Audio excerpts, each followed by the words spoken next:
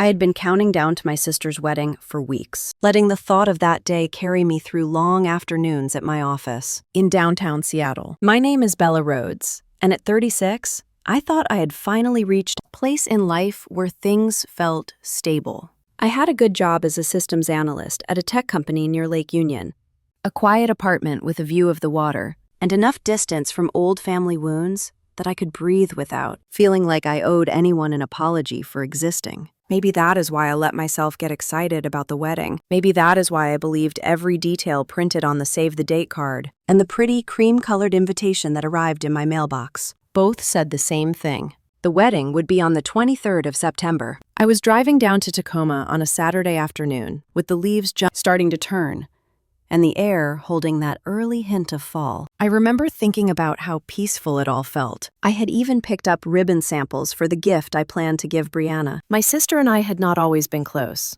but I kept hoping maybe an important day like this could soften the old distance between us. I know some of you listening have moments like that too. By the way, what are you doing while listening to this story? When all of this happened, I was in my car, feeling strangely hopeful without knowing what was waiting for me at the end of that drive. When I pulled up to my parents' house, the windows were glowing with warm light, and for a moment, I let myself imagine a sweet visit. I pictured my mom asking if I wanted coffee, and my dad pretending not to care about the wedding, even though he secretly liked being involved. I wanted that version of my family so badly that I walked up the front steps, with my heart a little too open. My dad answered the door.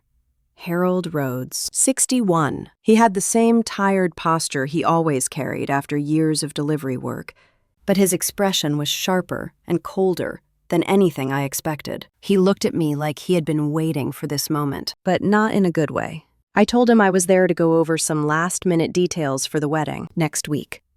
I even held the little envelope with the ribbon samples in my hand. He said the sentence that split something inside me so cleanly that I almost did not feel it at first. He told me that the wedding had already happened last week.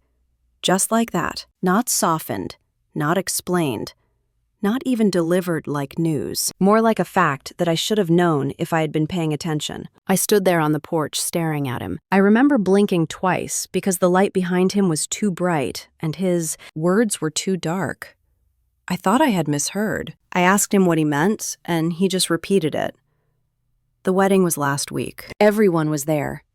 Everyone except me. Before I could say anything, he added something that felt worse than the lie itself. He told me that they did not want to take a chance on me having an episode, that I had always been too unstable for crowds, and that the decision had been made for the good of the event. I had heard him throw those words at me when I was younger, but to hear them now, as a grown woman with a full life of my own, made my stomach twist in a way I cannot describe. It was not just the cruelty. It was the certainty with which he said it. I stepped inside the house because my legs moved before my mind could stop them.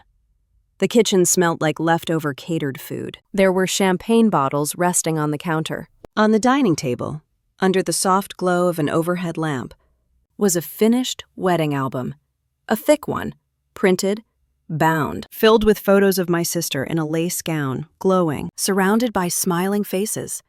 Faces I recognized. Voce, of relatives who had sent me messages the week before asking if I needed a ride to the ceremony next week. I touched the corner of the album and it felt cold. I could not hear anything except the low hum of the refrigerator and the sound of my own heartbeat breaking open inside my chest. In that moment, I realized I had not been forgotten. I had not been overlooked. I had been erased on purpose. My mom stood near the counter, pretending to wipe something that was already clean. She could not meet my eyes. Her shoulders were shaking the way they did when she felt guilty but did not want to admit it. I asked her why they did this, but she only said that Brianna wanted the day to be calm and smooth and that sometimes it was better not to invite unnecessary stress. She did not say I was stressed. She did not have to. My dad crossed his arms and gave me a look that said this conversation was finished. He told me that they made the best decision for the family, that I would understand someday, that the situation was handled. As if excluding me from my own sister's wedding was a logistics issue they solved. I stood there for a long moment, letting the silence settle around me. I could have screamed. I could have thrown the album across the room. I could have asked who I was to them, if not family. But something inside me shifted. A calmness, a strange clarity, like a lake freezing smooth after a storm. I set down the envelope with the ribbon samples, smoothed my jacket, and let a small, cold smile form, because something about finally seeing the truth made me steadier than I expected. I told my dad that if that was how he felt, then I would make one phone call, just one. I said it softly, almost politely, like I was agreeing to something small and forgettable, but I felt his expression change. Not fear exactly, just the first flicker of uncertainty. I walked out of that house with my back straight and my hands, surprisingly, steady. The air felt colder than when I arrived, the kind of cold that wakes you up, the kind that tells you nothing will be the same after this. What I did not know yet was how far this would go, how deep the lies ran, or how that one quiet phone call would unravel everything they thought they had secured. That part came later. For now, I just sat in my car, staring at the steering wheel, letting the truth settle in my bones as I turned the key and drove away from the house that no longer felt like home. The house disappeared in my rearview mirror, but my mind stayed on that kitchen table with the wedding album and my name, missing from every single page. I drove back to Seattle on autopilot, hands steady on the wheel, while my thoughts kept looping around the same questions. How do you plan a whole wedding and never once say my name?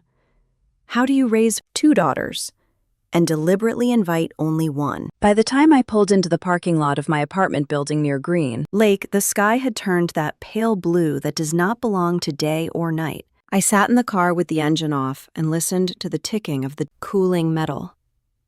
The quiet felt heavy. It felt like the pause between a verdict and a sentence. I finally pushed myself out of the driver's seat, grabbed my purse, and went upstairs.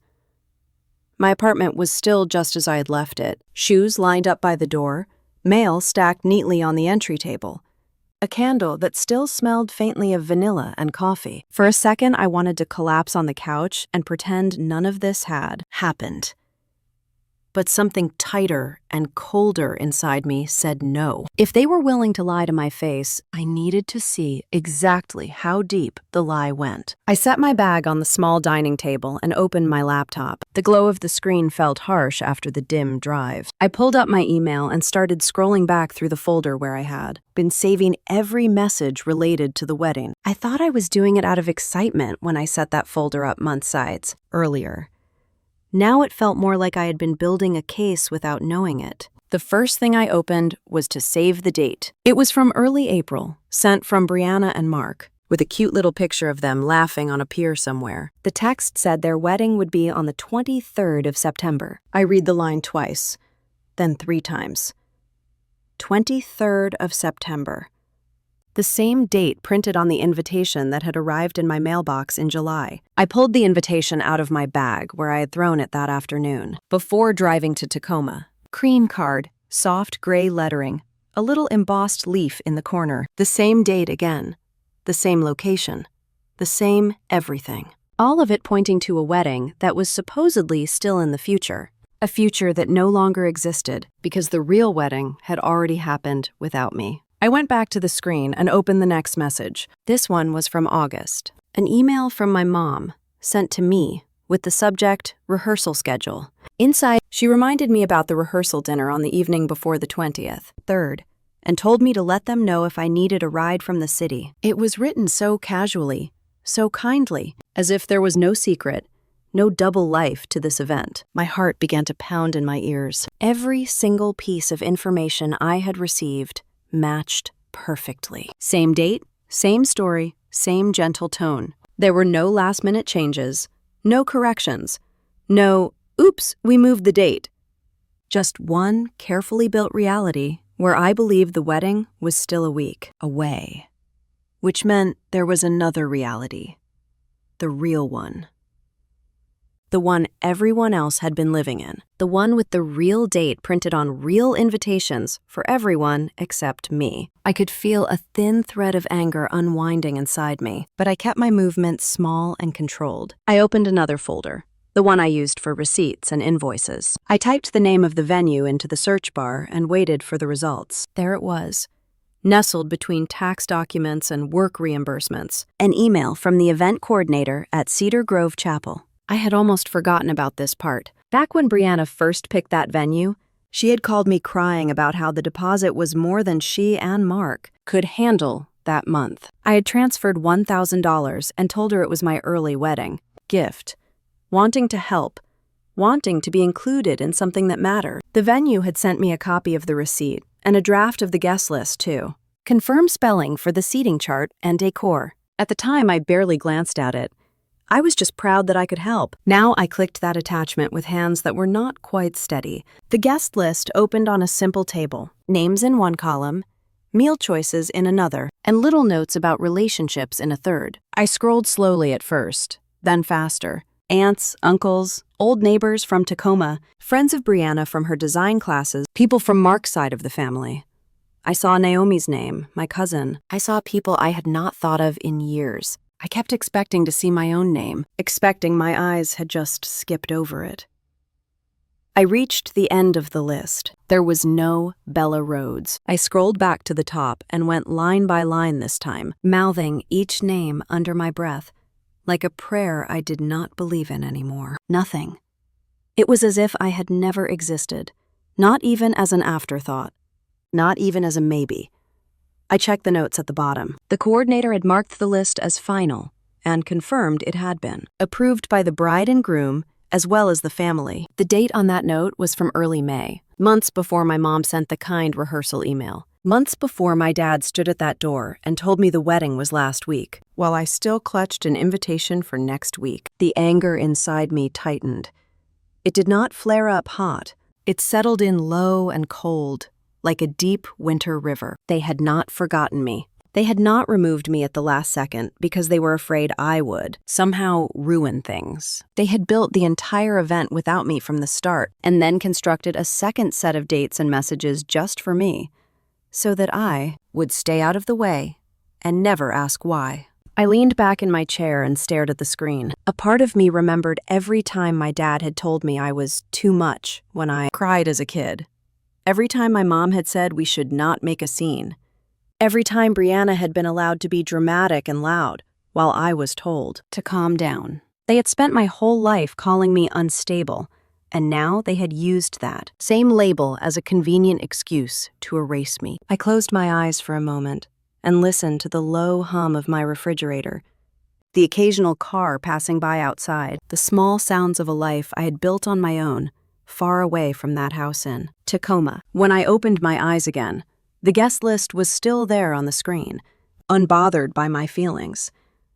My name was still missing. Somewhere under the hurt, something in me clicked into place. If they were going to rewrite the story of who I was to them, then I was going to start paying attention to every line they thought they could hide.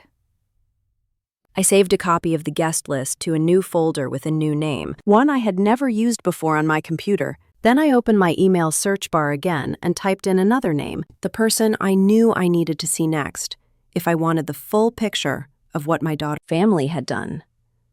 Naomi. The name sat there in the search bar for a long second before I moved. Naomi.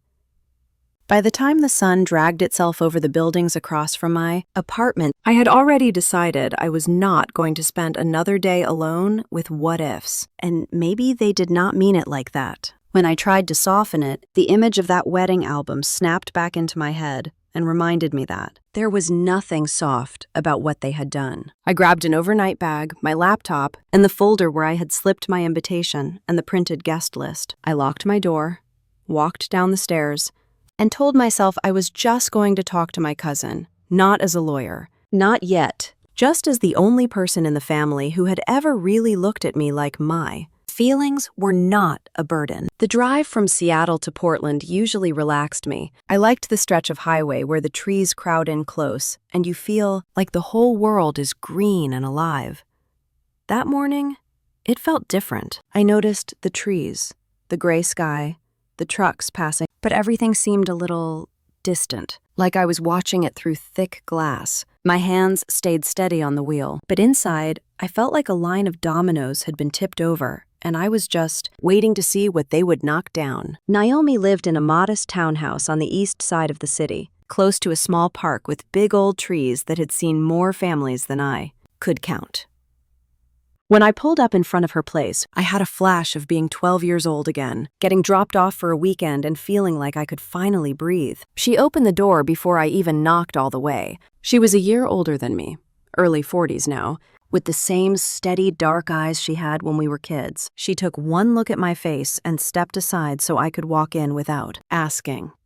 She told me to sit at the kitchen table and asked if I wanted coffee. I said yes, because it was easier than saying I needed it. While she moved around the kitchen, I put the folder on the table between us and just stared at it for a moment. When she sat down, I told her what had happened at my parents' house. The words came out calmer than I expected. I told her my dad had said the wedding was last week, that they had decided I was too unstable to handle being around a crowd, that the album was already printed and waiting on the table like the punch line to a sick joke. Naomi listed without interrupting, one hand around her mug, the other resting lightly on the table. When I was done, she let out a slow breath and said that she was sorry. Not the automatic kind of sorry people say when they bump into you at the grocery store. The heavy kind.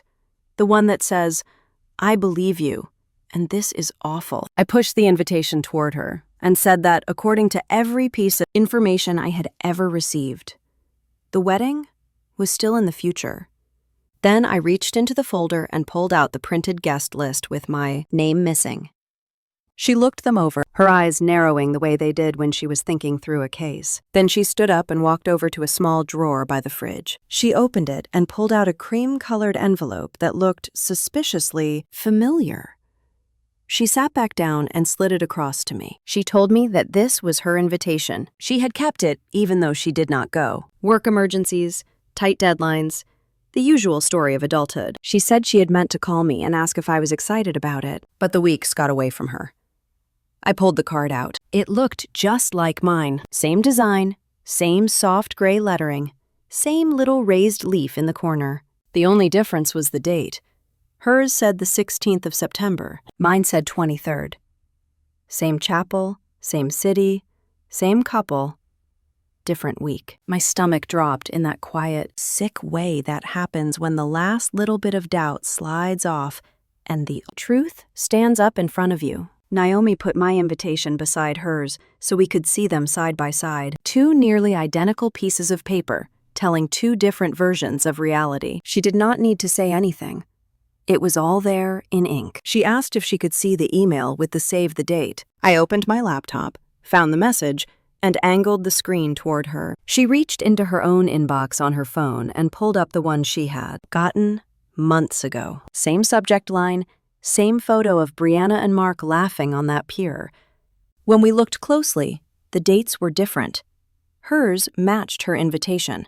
Mine matched the lie. She set her phone down and rubbed her forehead for a moment. Then she told me that from a legal standpoint, this was not some casual mix-up. They had sent two different versions of the same event on the same day. One to everyone, one to me. I remembered sitting on the floor of my childhood bedroom with a box of hand-me-down clothes, listening to my dad tell me not to make such a fuss because Brianna needed the new things more. I remembered being 16 and wanting to audition for a school play, and hearing my mom suggest that I volunteer backstage instead so Brianna could have the spotlight. I remembered crying in the car after a fight, and my dad saying that I was overdramatic and exhausting. Now here I was, a grown woman, looking at two wedding invitations that felt like a carefully printed continuation of all of that. Naomi watched my face. She knew enough of our past to see the pattern I was staring at. She reached for the guest list next, reading through the names, nodding when she saw her own, frowning when she reached the end and did not see mine. She tapped the bottom of the page where the coordinator had written that the list was final and approved by the couple and family, dated early May. She pointed out that this meant the decision about who was invited had been locked in months before my mom sent that sweet rehearsal schedule email, the one talking about rides and dresses and how nice it would be for everyone to be together. Her voice stayed gentle, but there was steel under it when she finally said that this was not about me being unstable or about last-minute worries. This was intentional exclusion, layered under a second fake timeline, built specifically so that I would never show up and never question it. I sat there with my hands wrapped around my coffee mug, feeling the heat seep into my fingers while my chest stayed cold. For a moment, I saw us as kids at family barbecues. Brianna running around in a new dress, hair in curls, adults cooing over how pretty she was. Me in the background, asked to help clean up, told I was being too sensitive if I got upset. They had always wanted one daughter they could show off, and one they could lean on and blame when things got uncomfortable. Now, looking at those invitations, I realized they had finally made that division permanent. Naomi broke the silence first. She said my name in that steady way she had, and waited until I looked up. Then she told me that in her opinion, I had been removed from the wedding long before any decorations went up at the round chapel, long before the catering was ordered, long before the photographer snapped the first picture that ended up in that album on my parents' table. She said that I was never part of that guest list, never part of the plan, and that everything they sent me was designed to keep me far enough away to avoid confrontation. She did not raise her voice. She did not dramatize it. She just laid the truth on the table between us, next to the two invitations, and let it sit there. I felt something inside me settle, the way a stone settles at the bottom of a river. Pain, yes, but also a strange kind of clarity. They had written me out of their story. Now the only question left was what I was going to do with the story that still belonged to me. That thought stayed with me through the entire 2-hour drive into the 14. Mountain sitting in the back of my mind like a weight that kept shifting every time I turned the wheel. I did not tell Naomi where I was going. I did not tell anyone. I just packed a small bag, locked my apartment, and headed east towards Skycomish, where my cabin sat tucked behind tall pines and quiet riverbeds. That place had always been my refuge, the one corner of my life that felt untouched by childhood expectations and adult obligations. I bought it when I turned 30, after a long year of promotions and 70-hour work weeks at a cloud tech company near Lake Union. I paid every cent myself. No loans from anyone. No shared ownership, just mine. By the time I reached the gravel road that led to the cabin, the late afternoon light had turned golden and soft. I pulled over for a moment before the last turn, letting the engine idle while I tried to slow my breathing. I thought coming here might clear my head, maybe give me enough space to make sense of what my family had done. But as soon as I stepped out of the car and heard the familiar crunch of gravel under my boots, something felt off. The front door was closed, but the curtains were open, and through the glass, I saw color where there should have been empty wood. Soft pastels, pink, ivory, sparkling lights hung in strips. At first I wondered if I had left decorations inside from some old project, but the moment I stepped closer, I realized these were not anything I had ever owned. I pushed the door open and stopped in the entryway. The living room, normally simple and cozy with blankets and old hiking maps, was covered in wedding decor. Fresh flower arrangements sat in tall glass vases. A cream-colored backdrop stood near the fireplace, draped with chiffon. A large mood board leaned against the wall, pinned with sample photos of mountain weddings, lighting plans, floral color palettes, and staging ideas. There were props still wrapped in plastic, things that looked like they had been delivered recently. Nothing here came from the wedding Brianna had already had. These were untouched and new. A cold feeling ran down my spine. This was not a cleanup from her ceremony.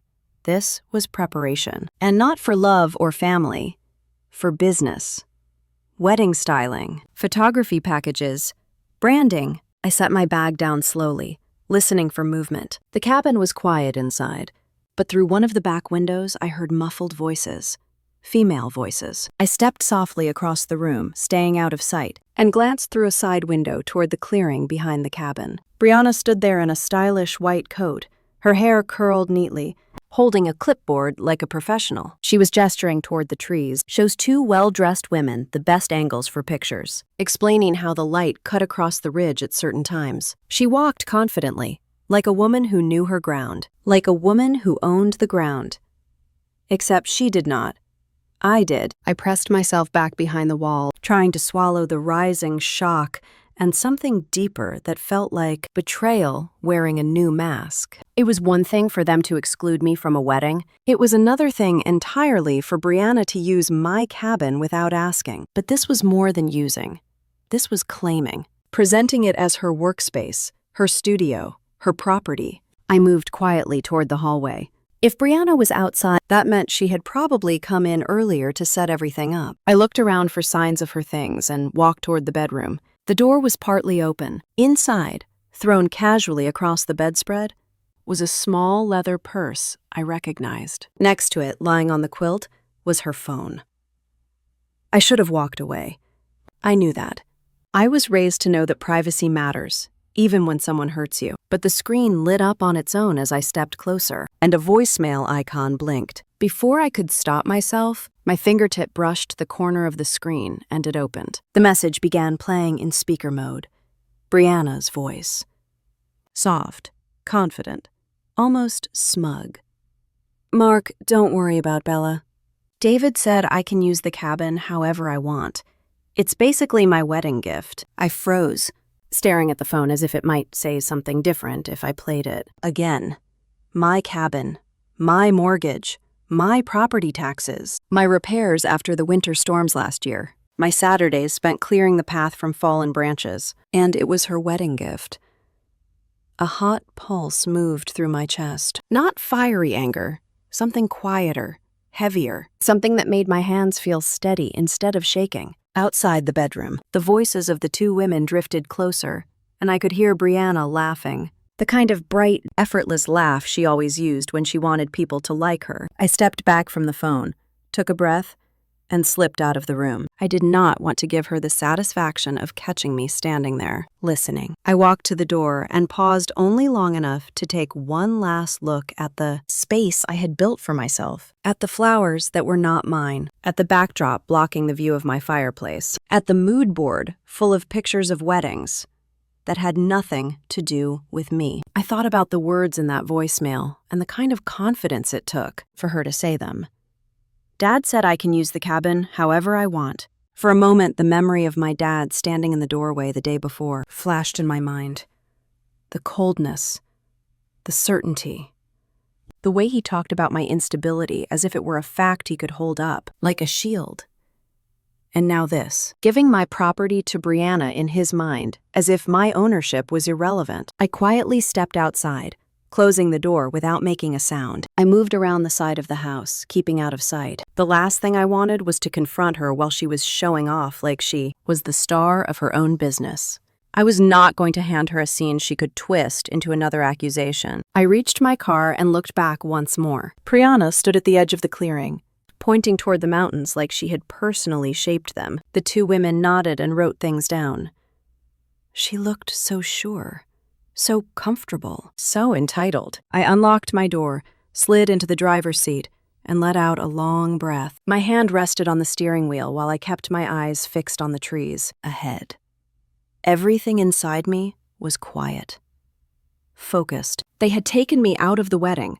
Now they were trying to take my cabin. For the first time since this whole thing began, I felt the shape of what I needed to do next settling into place. I turned the key and started the engine, letting the sound fill the silence. It was time to see just how far Brianna thought she could push this. The next morning, I woke up before the sun had really decided what kind of day it wanted to be. My sleep had been shallow, full of half-formed dreams of doors closing and people talking just out of Russ' earshot. I lay there for a minute in the small motel room off the highway, listening to the quiet hum of the air conditioner and the distant sound of trucks on the road, and I knew there was no way I could just pack up and go home without knowing exactly what Brianna was doing with my place. I grabbed a coffee from the lobby, something bitter and thin that still burned all the way down, and drove back toward the cabin. The gravel crunched under my tires the same way it always did. But everything about the scene felt different. Yesterday, I had walked in looking for peace and found my home dressed up like someone else's stage. Today, I parked just out of sight among the trees, turned off the engine, and let the quiet settle around me while I watched. About 20 minutes later, a dark sedan pulled up on the main road. I could see the dust rise behind it before it turned into the drive. Brianna's car was right behind it, shining and spotless. She had washed it for this, I thought in a distant way. She had planned this. Two people stepped out of the sedan, a man and a woman, both in their 50s with the kind of polished look you get from spending years in hospitality. The man adjusted his jacket and looked up at the tree line with an appraising eye. The woman pulled out a leather folder and a tablet. Even from a distance, I could tell they were not just guests. They were buyers, clients, people whose opinions mattered if you wanted to be taken seriously in their wedding business. Brianna stepped out of her car in an outfit that made her look like she was auditioning for an upscale lifestyle show. Neutral wool coat, skinny jeans, carefully chosen boots that looked expensive and impractical for the forest floor.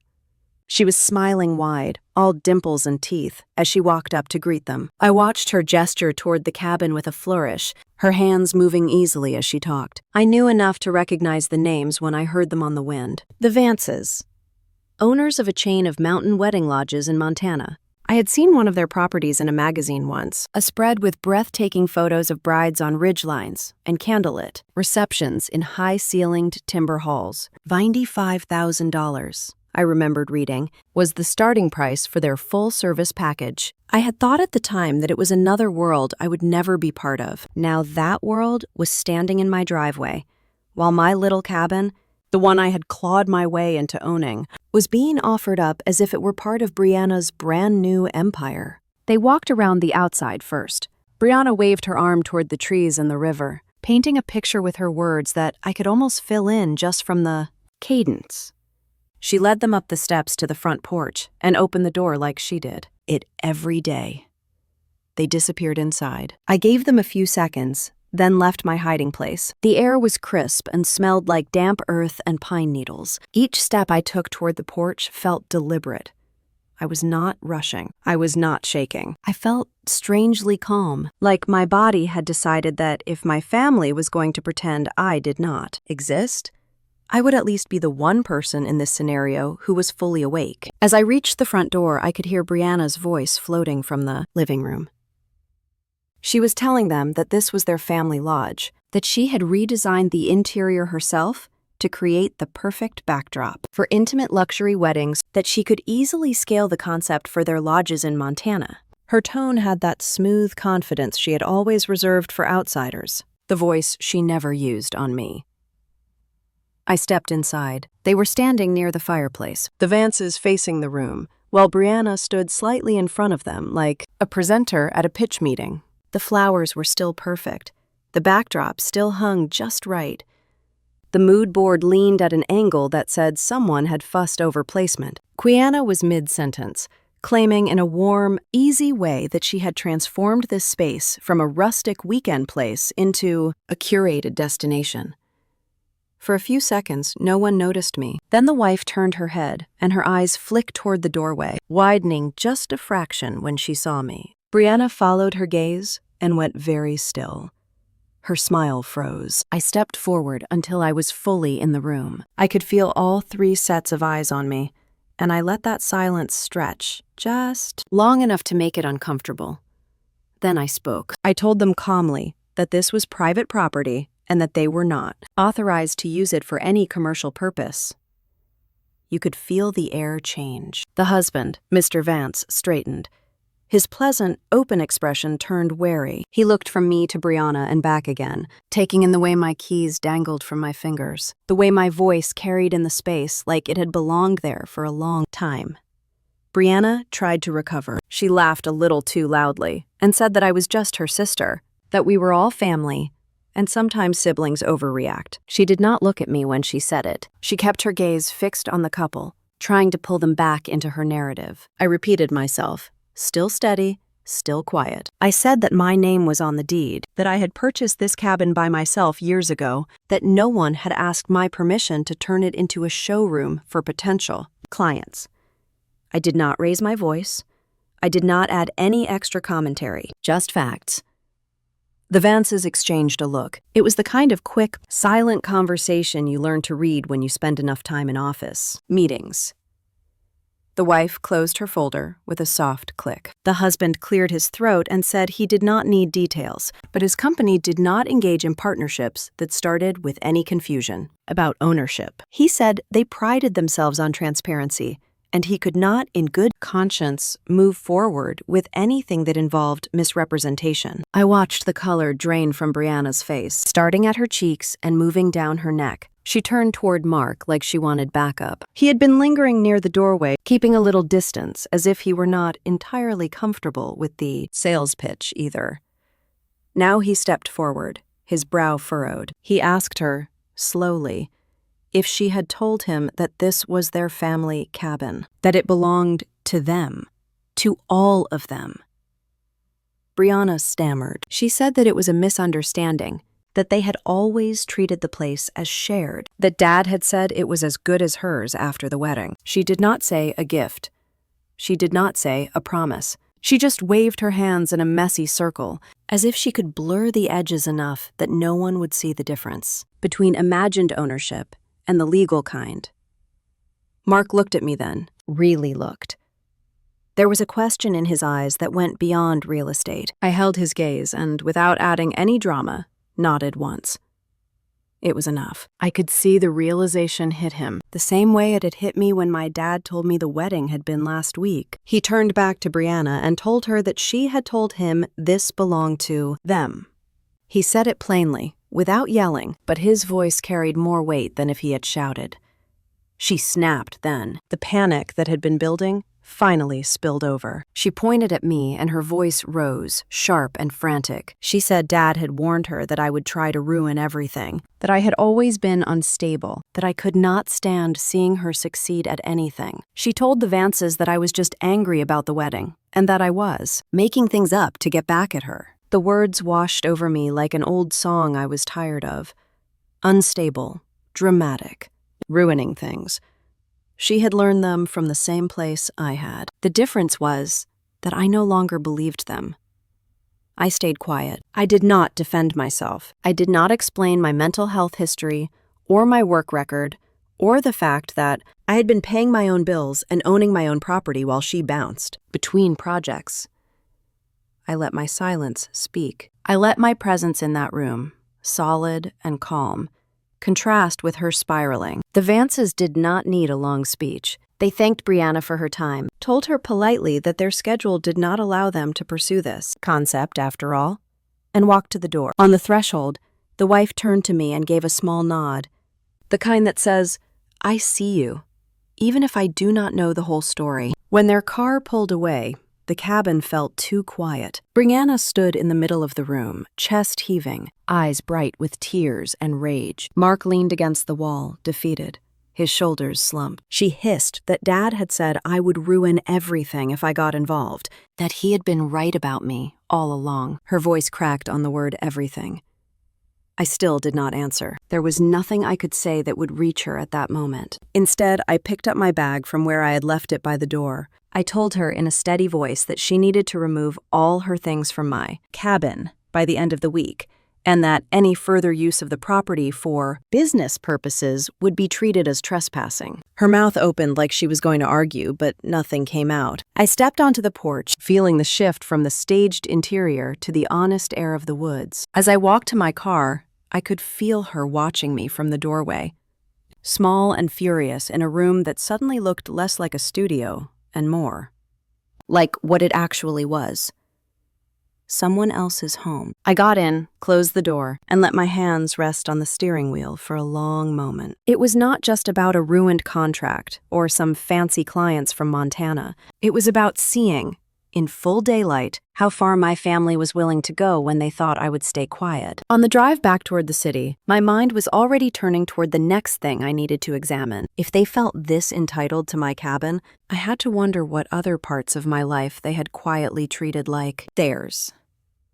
I drove back toward Seattle with the kind of tiredness that does not come from lack of sleep, but from seeing too much truth all at once. The mountains faded behind me, the road straightened out, and by the time the skyline came into view, I felt like I had lived an entire long year inside those 48 hours. I kept replaying the scene in the cabin, the look on the Vances' faces, the way Brianna crumbled when her story stopped holding. But more than anything, I kept hearing my own words.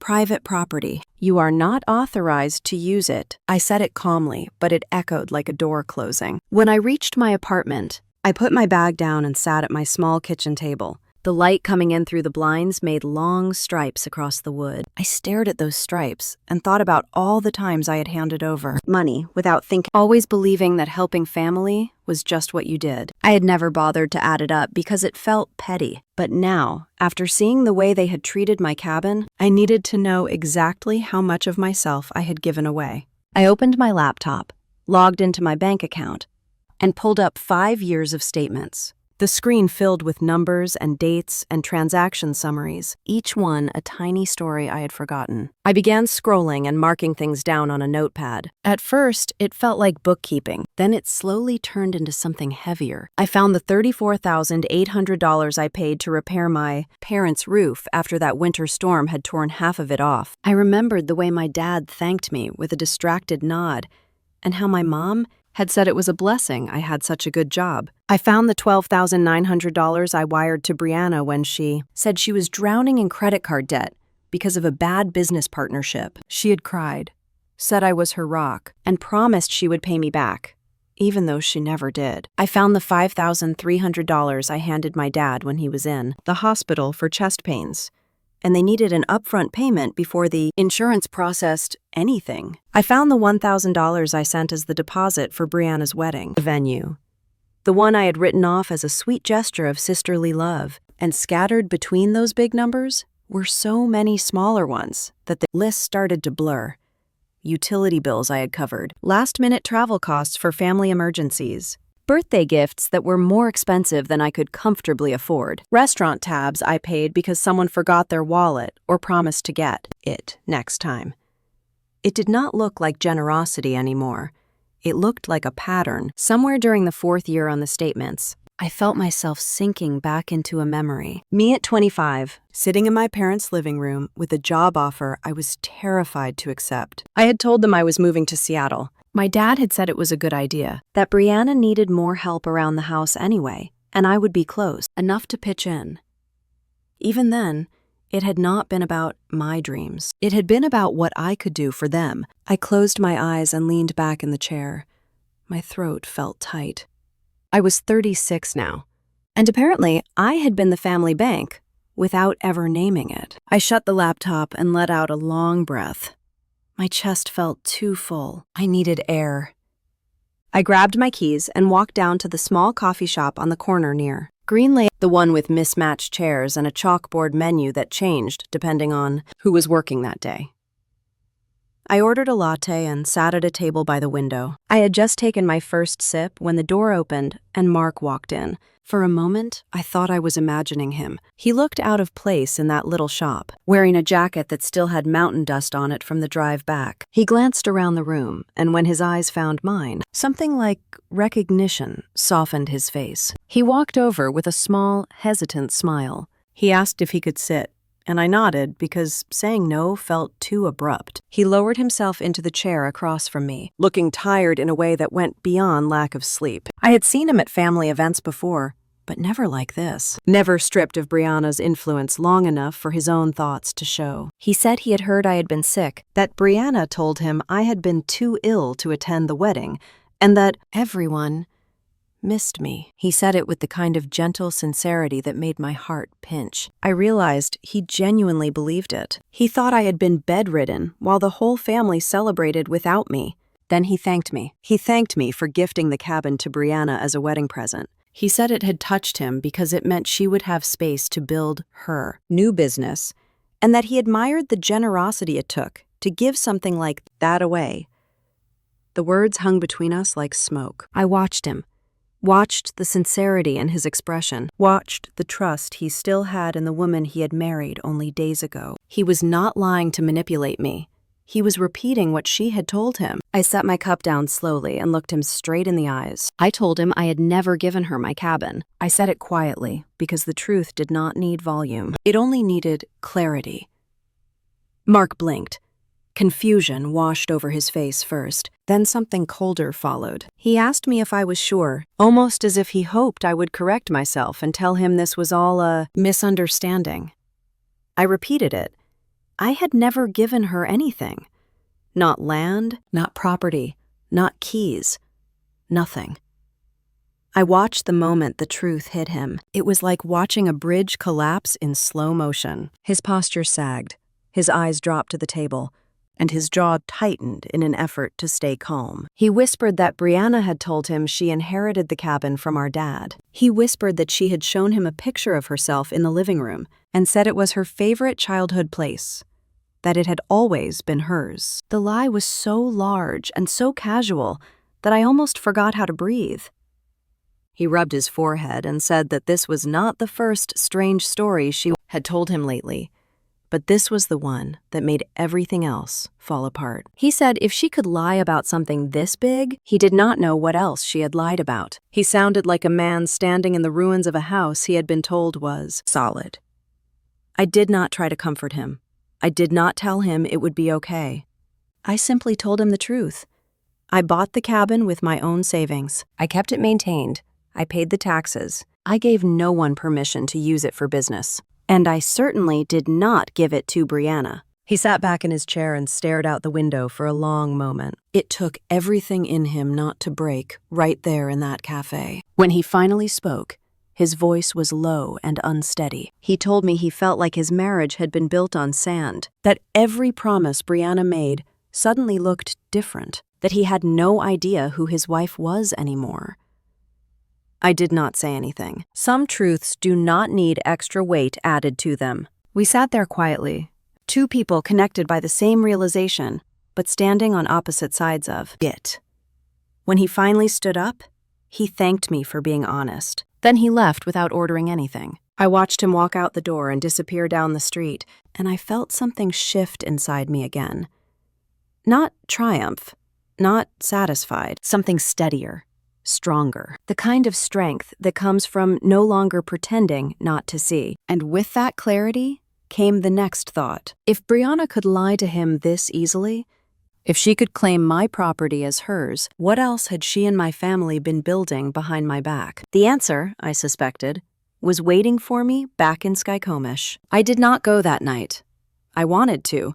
I wanted to jump in my car and drive straight back into the mountains and rip every single flower and backdrop out of my cabin with my bare hands. But rage had never helped me with my family before. Every time I reacted fast, they labeled me dramatic and unstable. So instead, I went upstairs to my apartment, took a shower that lasted too long, and let the hot water beat against my shoulders until my breathing evened out. The next morning, the world looked the same as it always did. People walking dogs around Green Lake, joggers in bright jackets, kids tugging on their parents' sleeves. I made coffee, sat at my table, and opened my laptop again. This time, I did not look at my bank account. I went back through the messages on my phone. There were a few unread texts from my mom, asking if I was okay, telling me that things had gotten a little heated, and maybe everyone needed time to cool down. Nothing about the contract I had watched fall apart at the cabin. Nothing about the way Brianna had lied to those clients. My mom's words were full of soft corners. I was tired of soft corners around sharp actions.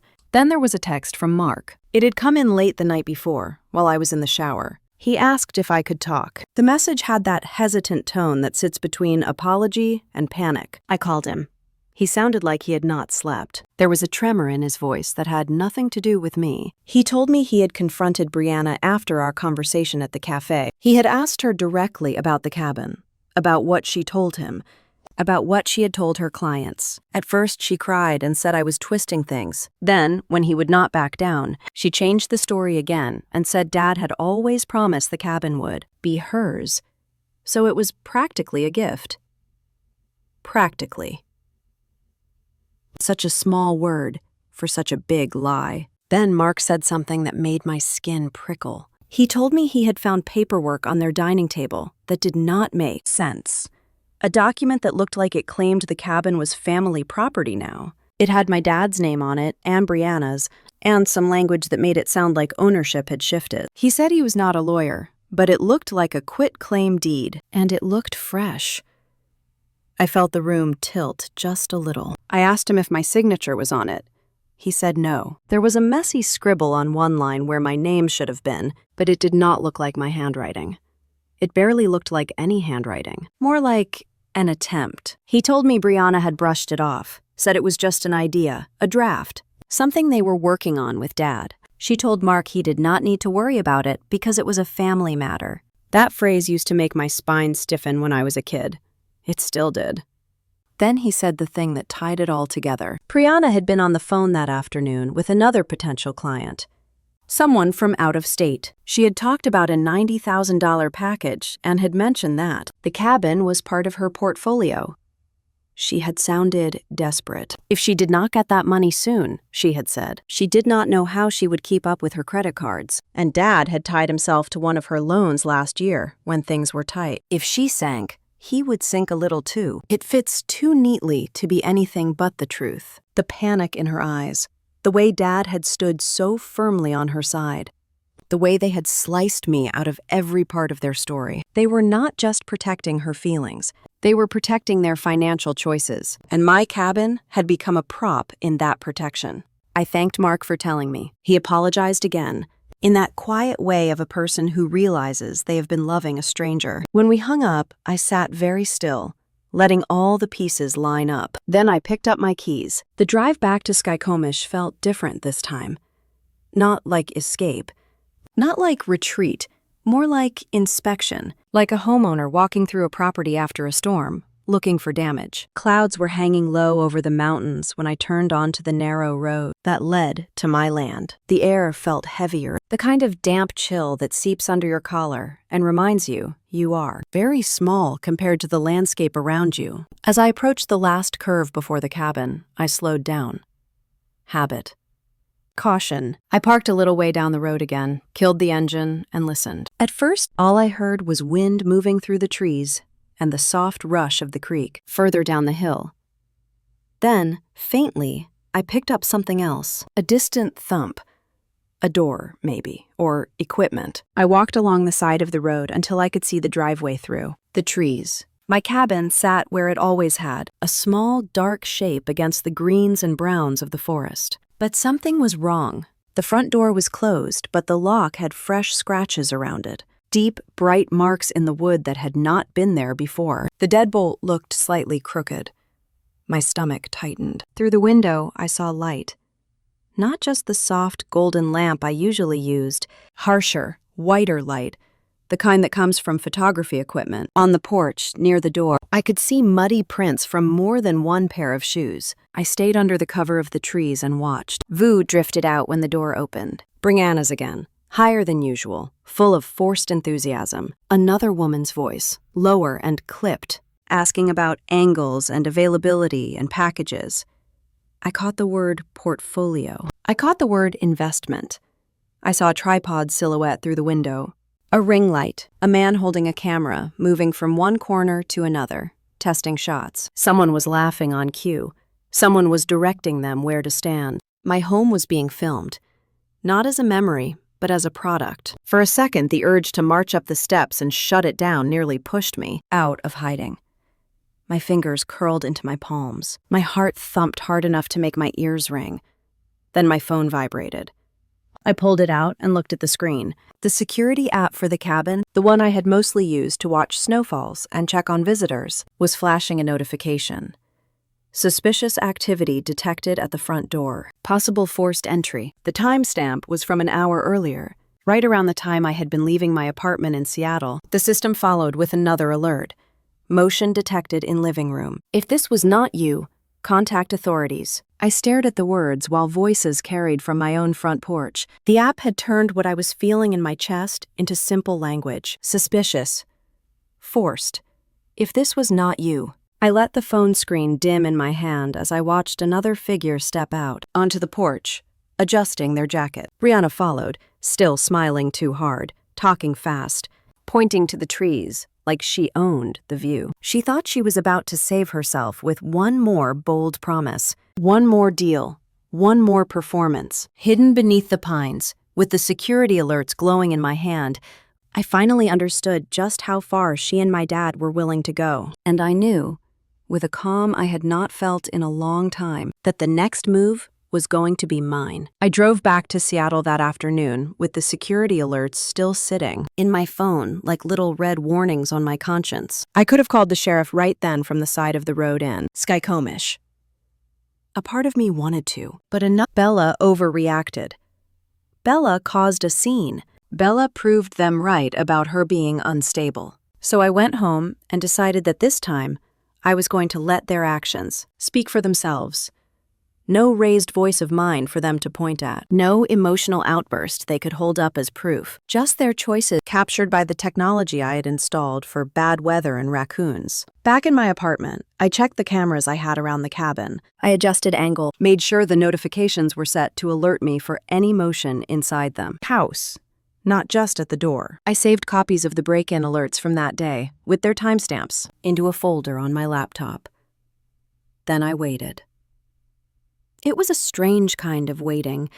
I went to work, answered emails, sat in meetings about server migrations and software updates. On the outside, my week looked normal. On the inside, I was listening for a ping from miles away in the mountains. Every buzz of my phone made my heart jump a little before I saw it was only a calendar reminder or some store sale notification. 2 nights passed quietly. On the 3rd night, I fell into a restless sleep just after midnight. The apartment was dark except for the faint glow from the router in the corner. The city outside my window had settled into that deep late-night hum where the traffic sounds thin out and you only hear the occasional car. At some point, my brain finally let go and I drifted off. The vibration of my phone on the nightstand snapped me awake. I fumbled for it, my eyes still sticky with sleep. The screen glare hurt for a second before it came into focus. 1:47 in the morning. Security alert. Motion detected in living room. For a moment, I thought it was another leftover notification from earlier in the day. Then I saw the word live at the corner of the camera thumbnail. I sat up fast and tapped the feed open. The image took a second to load. When it did, I almost laughed, not because it was funny, but because it was so surreal that my mind did not know what else to do. In the middle of my cabin living room, under the ceiling beams I had sanded myself, stood Brianna in a wedding gown. Not the simple dress I had seen in the album at my parents' house. This one was more dramatic, more fitted, with lace sleeves and a long train pooled over my rug. She held a bouquet in one hand and was facing the front door like she was, waiting for someone to walk in. The ring light I had glimpsed the other day was glowing harshly off to the side, casting sharp shadows. A photographer stood behind a camera on a tripod near the coffee table, moving slightly to adjust angles as he spoke. His gestures were impatient, professional. This was not some sentimental late-night visit. This was work. The front door opened and my dad appeared in the frame, Harold in his worn jacket, a little out of breath from the cold. He walked to the inside of the entryway and turned to face the door again, as if rehearsing. I watched him step back and then move forward, yanking it open with exaggerated force, miming a grand entrance. Through the speaker on my phone, I heard the photographer say that he wanted an entry shot from outside first, with the dad banging on the gate, the bride waiting inside, the family gathering around. They talked about how dramatic it would look in a highlight reel for clients who wanted rustic mountain weddings. Proof of previous work. Proof this concept was real. In the corner of the frame, my mom appeared, Lynn carrying a wreath of greenery and white flowers nearly as big as her torso. She fussed with it, hanging it on the inside of the door, then taking it down again and shifting it to a different hook. She moved quickly, nervously, like someone trying to help without drawing too much attention. Behind them, near the edge of the camera view, I saw Mark. He was not dressed up, just jeans and a sweatshirt, hands in his pockets, his shoulders tense. He looked like he wanted to be anywhere else. His eyes tracked Brianna as she posed, then flicked toward the door as if he was listening for something outside the shot. The photographer raised his voice just enough to carry. He said they needed to get as much footage as possible tonight so they could edit a strong sample reel for a client who was ready to put down a $90,000 deposit if they liked what they saw. He stressed that they needed to show a full wedding narrative: bride, family, emotional moments, scenic shots, the whole story. It hit me then. This was not just some twisted family reenactment. This was a sales pitch. They were building a fake wedding scene in my cabin as proof of their experience to land a massive contract. I watched my dad go back outside, the camera switching for a second to the exterior view. He moved toward the gate at the end of the short path, the one I had installed when the property started getting more traffic from hikers wandering too close. He gripped the bars and shook them a little, testing how they would look on camera. Then he swung it open, walked through, and practiced his steps up to the front door as the photographer followed, shooting the whole thing. Inside, Triana adjusted her veil and took a deep breath like she was centering herself. My mom fluffed the train of the dress on the floor, then scurried out of frame when the photographer told her she was blocking the shot.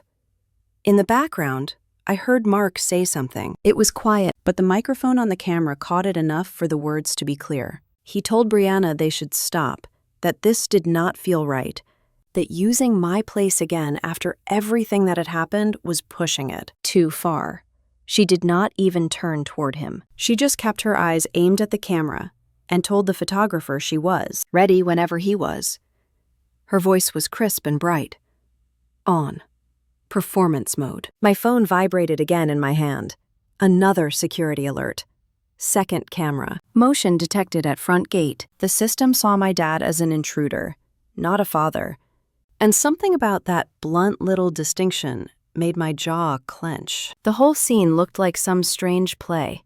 A bride on a mountain, a dad pounding on a gate, a mom carrying props, a husband at the edge of the stage, watching his few remaining illusions unravel. I realized my breathing had gone shallow. I sat there in the dark of my bedroom, lit only by the glow of the phone, watching my own family act out a version of joy in a space they had broken into and claimed. The anger that rose this time did not make me want to shout. It made me very sure. I heard myself whisper 3 words in the quiet room. One phone call. I backed out of the camera view, opened my contacts, and scrolled to the number I had looked up earlier that week after the first. Forced entry alerts. Snohomish County Sheriff Office. I had even written down the name of the deputy who handled our area near. Skycomish. Harris.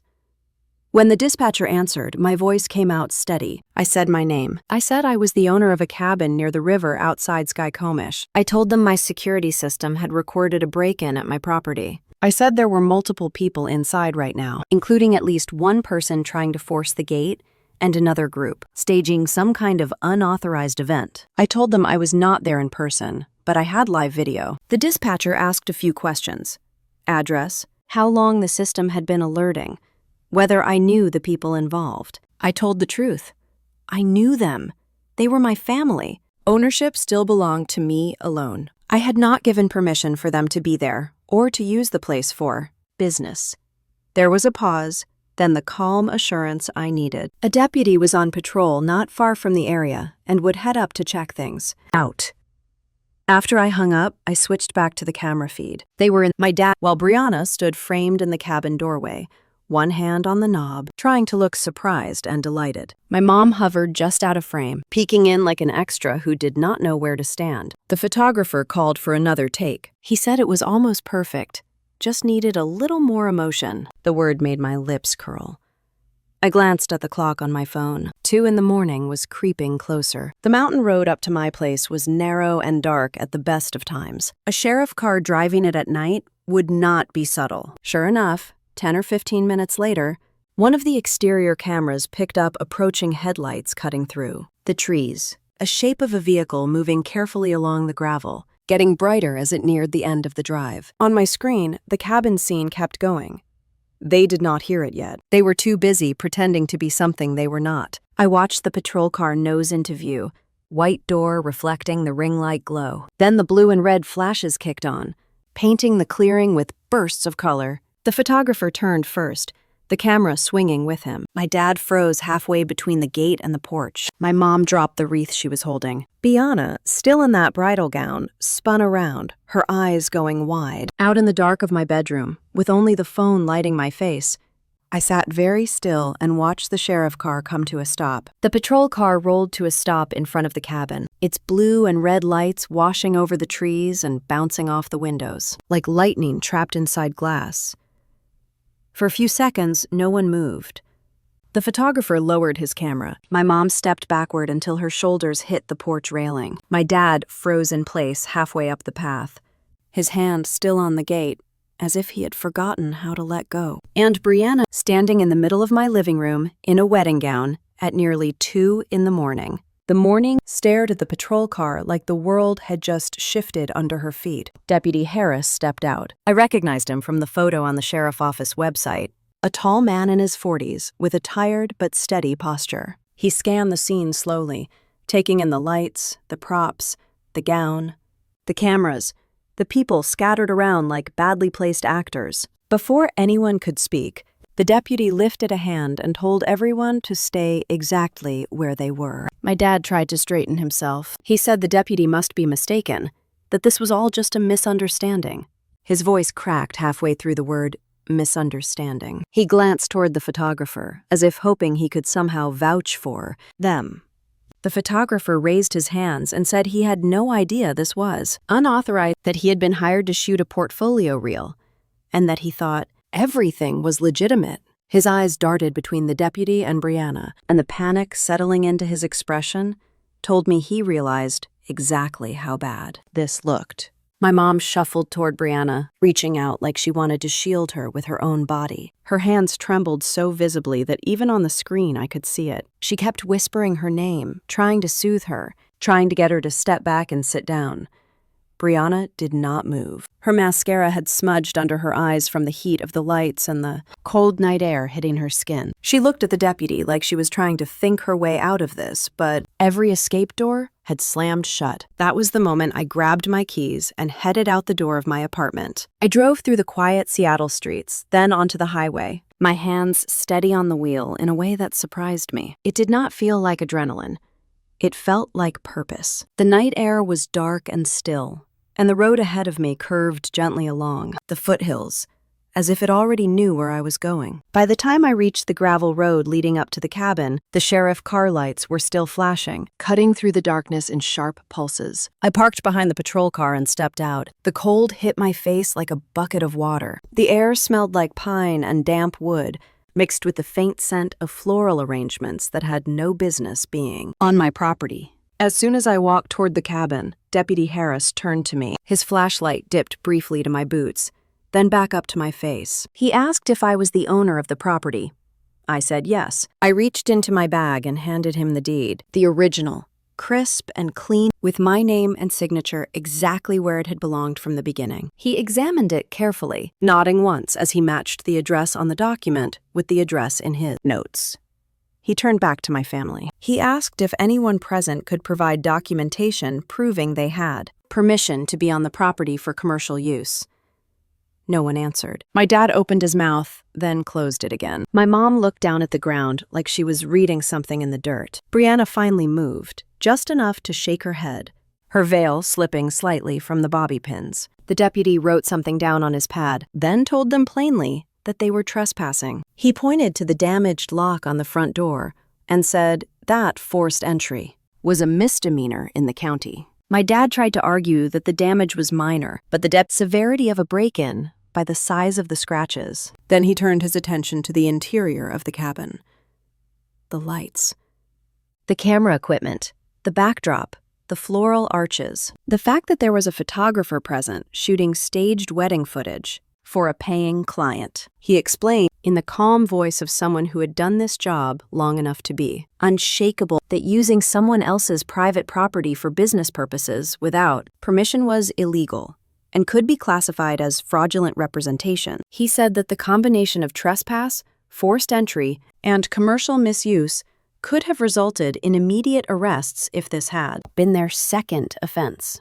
But because this was the first documented incident on record, he was required to issue a written warning and document the violation thoroughly for future reference. He held the pad at his chest and looked at my dad directly. "If we have to come back out here for anything similar," he said, "there will be arrests next time." My dad's face was drained of color. He swayed slightly, gripping the back of a chair to steady himself. My mom let out a soft sound, somewhere between a sob and a gasp. She reached for my dad's arm, but he pulled away, staring at the floor like it was suddenly higher stakes than anything he had ever stepped on. Mark stepped forward then. His voice was low and almost shaking. He asked Brianna why she had lied. Why did she tell him the cabin was hers? Why she had dragged him into a mess built on top of my property and my life. He said he had been trying to believe her all week, trying to believe there was some version of events that did not make him feel like a fool. She tried to speak. Her voice came out strained. She said she was trying to make things work, that she needed the contract, that Dad had said it was fine because the family should stick together. Mark shook his head slowly. He said that family does not build success on lies. That family does not steal from each other. And then he said the words that landed heavier than anything else that night. You lied about everything. The look on her face crumpled. Her shoulders sagged. Her hand came up like she might cover her mouth, but stopped halfway. The photographer backed away from her like he did not want to be in the blast, radius of whatever emotion was about to break loose. The deputy asked them all to step outside while he finished documenting them. Scene. I watched them file out, one by one. My dad stiff, my mom wiping at her eyes, the photographer apologizing as he carried his equipment out, Mark trailing behind, looking like a man whose life had cracked in too many places at once. Brianna was the last to move. She walked slowly out the door, her gown brushing against the porch boards with a soft hiss. The cold night air hit her face and more of her mascara slid down. She staggered slightly on the top step and grabbed the railing. Then, with the sheriff lights flickering red and blue across her white dress, she sank down onto the lowest porch step. Her body folded. Her face disappeared into her hands. And she cried. Hard, shaking, messy cries that seemed to come from someplace deep and frightened and childish. Tears streaked down her cheeks, mixing with the streaks of makeup, her breath hitching in broken gasps. For a brief moment, the entire clearing went still, as if the trees themselves were holding their breath. I stood in the center of it all, not moving, watching the girl who had once been my sister collapse under the weight of her own choices. The gown pooled around her like a wilted flower. The sheriff lights flashed across her bent figure in harsh pulses. Tears. Chaos.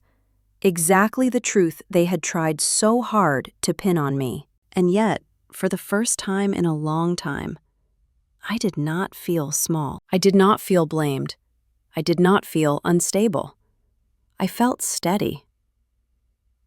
The deputy turned back toward me, his notebook closed. He said he needed my signature on the warning documentation, and that afterward, he would speak with me privately about next steps to secure the property. I nodded once, my eyes still on Brianna. I did not say anything to her, not then, not yet. But I knew that the next conversation we had would not be in the darker, behind a camera lens. It would be in daylight, and it would be the last one we ever had. The next morning, the mountain air felt thinner, like the night before had taken something out of it. I left the cabin early, after walking through each room and seeing it the way I chose to remember it, not the way they had tried to stage it. The ring light was gone, the extra flowers gone, the photographer gone. What remained were my things and the faint marks of their intrusion. Small scars in the wood and in my memory. On the drive back toward the city, I called them. I chose a public place, a large parking lot outside a shopping center, halfway between Seattle and Tacoma. Neutral ground, where no one could claim home turf and no one could slam a door in my face. I texted my parents and Brianna, told them I wanted to meet and that it would be the last time we discussed any of this in person. I did not ask. I was informed. An old part of me expected them to ignore it, but within an hour, 3 short messages came in. Fine, we will be there. The sky was overcast when I pulled into the lot. Families were pushing carts to their cars.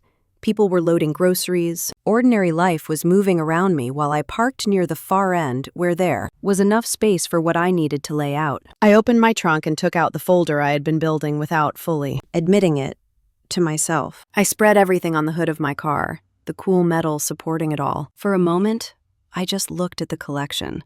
My year, my hurt, my clarity, turned into paper and ink and still images. First, I placed the wedding invitation that Naomi had saved, the one with the real date. Then my invitation beside it. Same paper, different date. Next came the printed copies of the save the date emails, her version and mine. 2 different truths sent on the same day. Then the screenshot of the guest list from the venue, with my cousin's name and so many others, and the glaring absences where mine should have been. I added the stills from the cabin cameras, images of Brianna using my living room as a studio, my dad at the gate, my mom carrying flowers, the photographer with his lens trained on a scene built on a lie. Next to those, I placed a photo Mark had quietly sent me. A picture of the draft deed they had tried to create, my name scratched in poorly, as if wishful thinking could become law. Then, the printed copy of the written warning from the sheriff, with each violation listed neatly in the deputy's handwriting. Finally, I laid down one last sheet, a simple list in my own script. 5 years of amounts, not every small thing, but the large ones. The money for the roof, the credit card rescue, the hospital payment, the wedding deposit. I had not added them together at the bottom. The columns of numbers were heavy enough without a total. I stepped back and waited. Their car arrived together. My parents in the front, Brianna and Mark in the back. The engine idled longer than necessary before my dad cut it off. For a moment, no one moved. Then my mom opened her door and slid out, smoothing her jacket with shaking hands. My dad came around the hood, looking older than he had even the night before. Brianna stepped out last.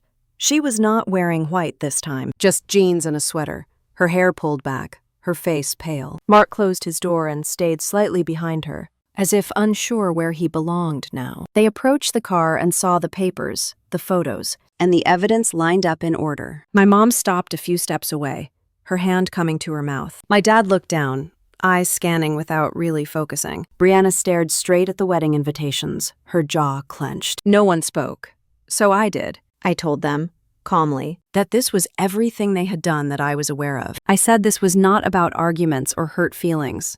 Not anymore. This was about facts. They had printed 2 sets of invitations with 2 different dates. They had sent 2 sets of save the dates. They had built a guest list that excluded me from the start. They had used my cabin to present a business that was not theirs to promise. They had tried to manufacture a deed without my consent. They had broken into my property, and for 5 years they had taken my money while calling me unstable anytime. I pushed back. My dad found his voice first. He said I was blowing this out of proportion. He said families made mistakes, that sometimes things got messy when people were under stress. He said I was taking it all too seriously, that it had never been their intention to hurt me. I pointed to the invitations. 2 dates, same layout, same ink, same family name at the top. I asked him what he would call that if not intention. My mom began to cry. She said they were afraid I would bring drama to the wedding, that Brianna had been so anxious, and they just wanted her day to be peaceful. She said they thought telling me the wrong date would spare everyone a lot of trouble, that maybe I would never even know. That last part landed with a dull thud between us. They had expected me to stay ignorant, to never question, to never show up in the story at all.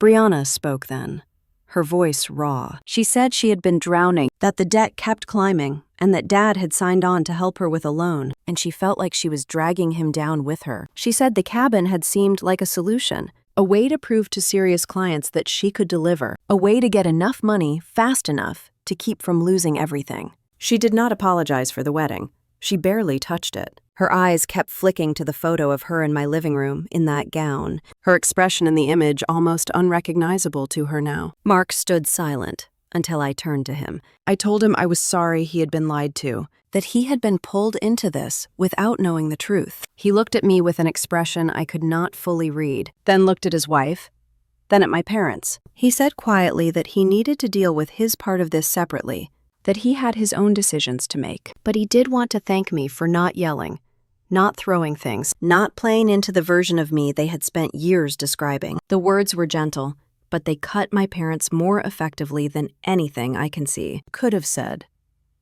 My dad started to cry then, not loud, not theatrical, just silent tears sliding down his face as he stared at the list of money I had handed over across the years. He whispered that he had not realized it was so much, that he had always thought I could afford it, that he had taught himself to believe helping was my way of staying connected, not something they were taking. My mom reached toward me, stopping short of actually touching my arm. She asked for forgiveness. She said she loved me. She said none of this would have happened if they had been better at setting boundaries, at being fair, at saying no to Brianna when they should have. I listened. I let their words settle and lie flat on top of the papers. Then I told them the only truth that mattered for me now. I told them I was not unstable. I never had been. I told them I had been gaslighted into believing that any time I stood up for myself, I was a problem to be managed, instead of a person with legitimate needs. I told them that the narrative they had built around me had made it easier for them to justify what they had done, and that I was done carrying their version of me. I said it simply. I am not unstable. I am just done. My dad sobbed harder. My mom whispered my name like a prayer. Triana stepped closer, reaching out like she wanted to grab my hand and anchor herself to me one more time. She started talking fast, saying we could fix this, that we could work through it, that she would pull back from the business, that she would make things right with the sheriff's office and the clients, and with Mark. I looked at her hand, then at her face. I saw the girl who had once shared a bunk bed with me and the woman who had cut me out of her wedding in the same instant. I saw desperation. I saw fear. I saw the habit of believing someone would always bail her out. I shook my head. I told her I hoped she would find a way to rebuild her life, that I hoped she and Mark could make decisions that were honest and healthy, with or without each other. But I also told her that I could not be part of that process. The cost to me had already been too high. From my bag, I pulled out a set of documents I had spent the afternoon preparing with Naomi's help over the phone. A formal trespass order, drafted and ready, stating that my parents and Brianna were not allowed on my cabin property, without my explicit written permission. I laid it on top of the pile, the last piece in the puzzle. I told them I would be filing it with the sheriff's office as soon as I left this parking lot. I said this was not about punishing them. It was about safety, mine. They looked stunned, as if they had not believed I would go that far. My dad opened his mouth, but whatever he was going to say dissolved into a choked sound. My mom nodded slowly, like someone realizing that the person they used to have control over now had the final say. Brianna pulled her hand back to her chest and held it there. We stood in silence for a long moment. The noise of the parking lot went on around us. Someone laughed across the way. A cart rattled past. Life, uncaring and steady. Finally, I gathered the papers, slid them back into my folder, and closed my trunk. I told them goodbye. See you soon. Not talk later, just goodbye. They watched as I got into my car. My mom took a half step forward, then stopped. My dad wiped his face with the back of his hand. Brianna turned her head away. Mark lifted a small, sad nod in my direction, and I returned it. Then I drove away. The trip back to Skykomish felt different from every other time I had made it. The mountains looked the same, but I did not feel like I was running away or going to hide.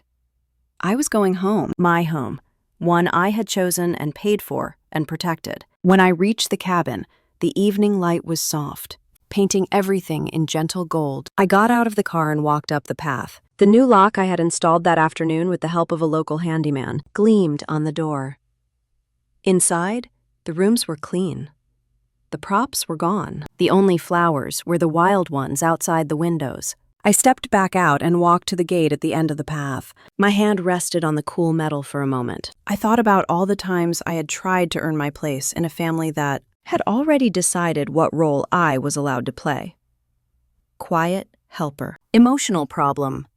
Backup character. Then I closed the gate and turned the key in the new lock. The click sounded small in the quiet woods, but inside, it felt like a full stop on a sentence that had gone on too long. Later, sitting on the porch with a blanket around my shoulders and a mug of tea in my hands, I watched the sky darken over the treetops. The air was still. I could hear the creek down the hill and the occasional call of a night bird. For the first time in my life, the silence around me did not feel like punishment. It felt like peace. If you have ever been told you were too much or not enough for your own. Family, remember this: silence can be power, and truth can be the loudest revenge. Tell me in the comments what integrity means to you and where you are listening from.